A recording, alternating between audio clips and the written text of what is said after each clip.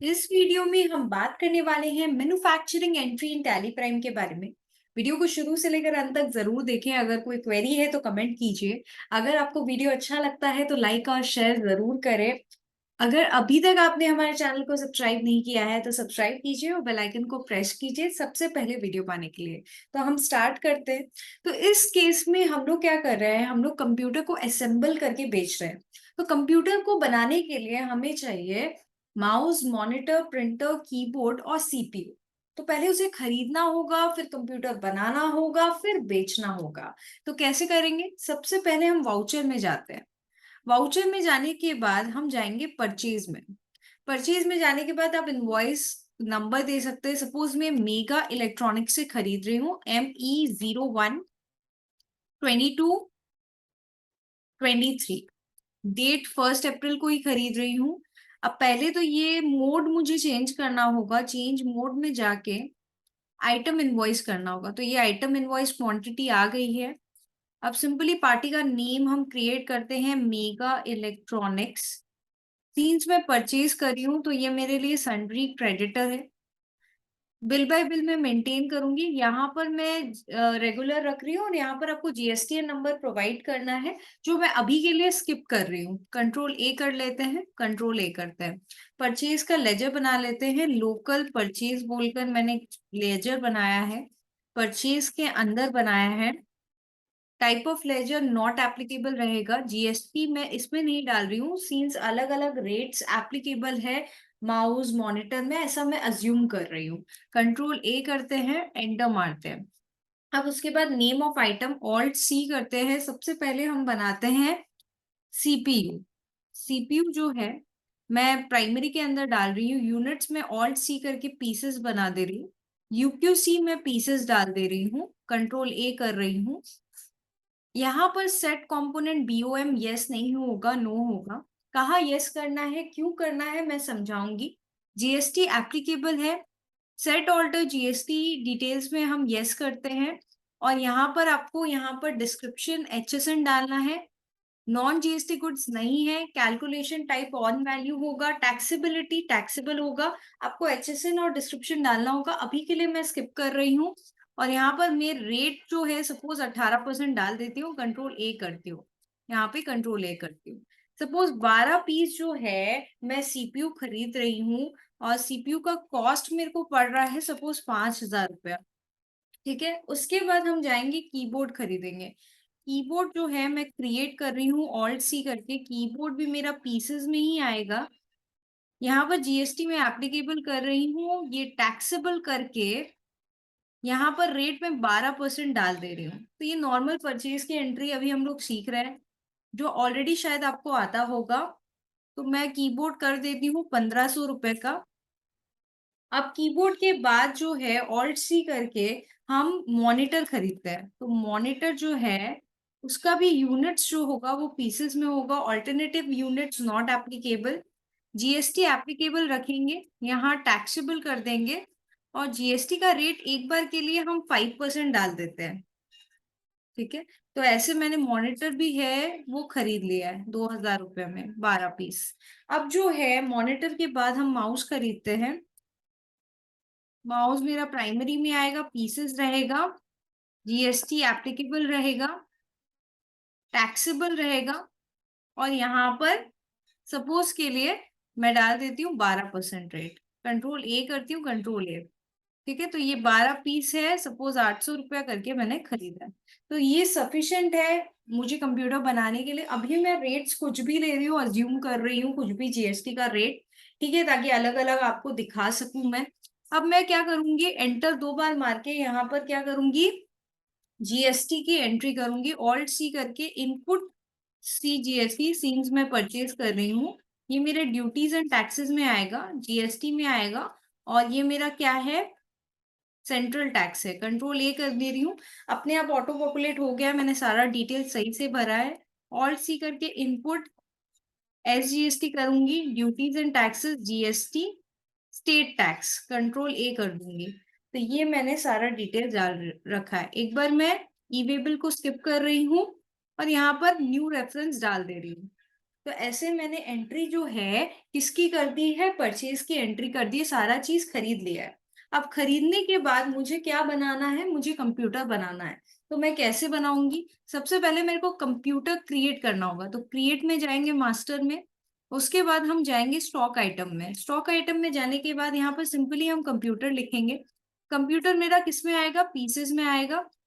Alternative unit no कर रहे हैं। अब यहाँ पर सेट बीओएम कैसे आ रहा है, आप F12 करोगे, यहाँ पर एक ऑप्शन आएगा, आप देख सकते हो सेट बीओएम का, set component list in stock item. इसका मतलब क्या है, पहले इसको समझते हैं। इसका मतलब ये है कि कंप्यूटर बनाने में आपको क्या क्या चीजें चाहिए वो आपको बताना पड़ेगा। तो मैं एक बार यस करती हूँ। तो यहाँ पर मैं लिखती हूँ स्टैंडर्ड, मुझे कंप्यूटर अगर बनाना है तो मुझे इसमें बताना पड़ेगा यूनिट ऑफ मैन्युफैक्चर, कि कितना यूनिट लगेगा एक कंप्यूटर को बनाने में। मेरे को सीपीयू लगेगा, कितना यूनिट, कितना क्वांटिटी, एक।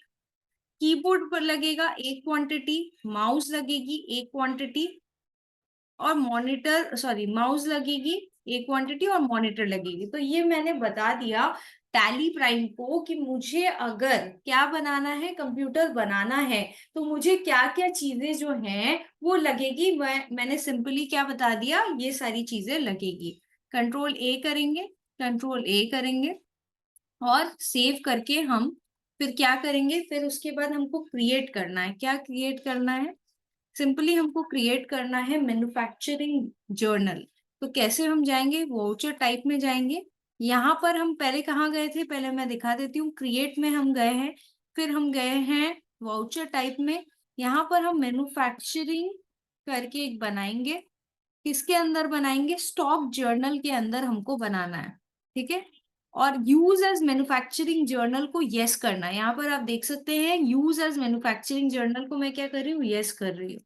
ठीक है, तो मेरा मैन्युफैक्चरिंग जर्नल जो है वो बन गया है। अब मुझे कहाँ जाना है, वाउचर में जाना है। वाउचर में जाने के बाद हमारे पास एक ऑप्शन आता है अदर्स वाउचर्स करके, उधर मेरे को जाके मैन्युफैक्चरिंग में जाना है। और एक ऑल्टरनेटिव है, आप लोग ऑल्ट F7 जो है वो प्रेस कर सकते हैं। तो मैं सिंपली एंटर मार रही हूँ। यहाँ पर अब मुझे नेम ऑफ प्रोडक्ट लिखना है कि मुझे कंप्यूटर बनाना है। कंप्यूटर बनाना है कितनी क्वांटिटी, सपोज मुझे 10 क्वांटिटी कंप्यूटर बनाना है। तो देखिए अपने आप जो है ये बन के आ गया है कि क्या क्या आइटम जो है मुझे लगेगा कंप्यूटर बनाने के लिए। जैसे सीपीयू मुझे लगेगा, कीबोर्ड लगेगा, मॉनिटर लगेगा, माउस लगेगा। तो ये सारी डिटेल्स जो है वो बन के रेडी हो गई है, मुझे दिखा दिया गया है। प्लस इसमें ये भी बताया गया है कि टोटल मेरा 93,000 जो है इफेक्टिव कॉस्ट आ रहा है, और पर पीस का कॉस्ट 9,300 आ रहा है। यहाँ पर एक और ऑप्शन है को प्रोडक्ट या बाई प्रोडक्ट या स्क्रैप का। अगर कुछ को प्रोडक्ट, बाई प्रोडक्ट या स्क्रैप है, उसका डिटेल्स भी आप यहाँ पर जो है वो प्रोवाइड कर सकते हैं। ठीक है, और यहाँ पर एक और ऑप्शन है, जैसे कंप्यूटर बनाने के लिए आपके लिए कोई एडिशनल कॉस्ट तो नहीं लग रहा है, तो यहाँ पर आप क्रिएट कर सकते हो। सपोज लेबर चार्जेस मुझे लग रहा है एडिशनल कॉस्ट, ये 10 कंप्यूटर असेंबल करने के लिए।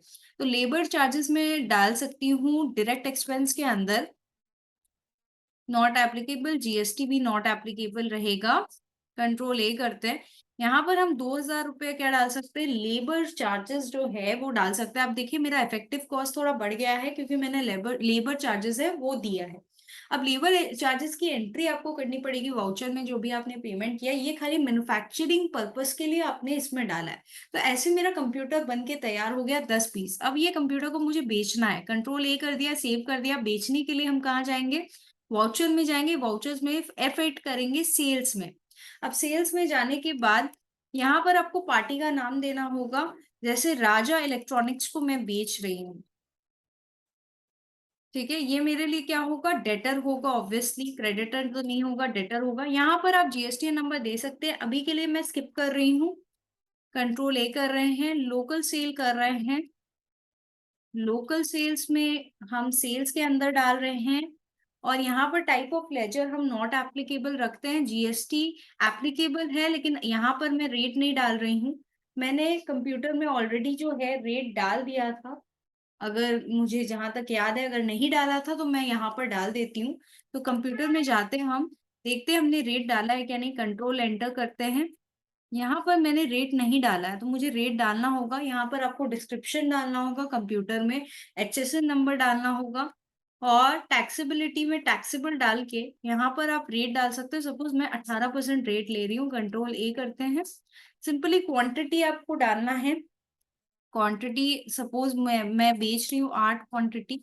अब किस हिसाब से बेच रही हूँ, रेट सपोज कीजिए 10,000, 10,000 नहीं, चलिए 15,000 का मैं बेच रही हूँ।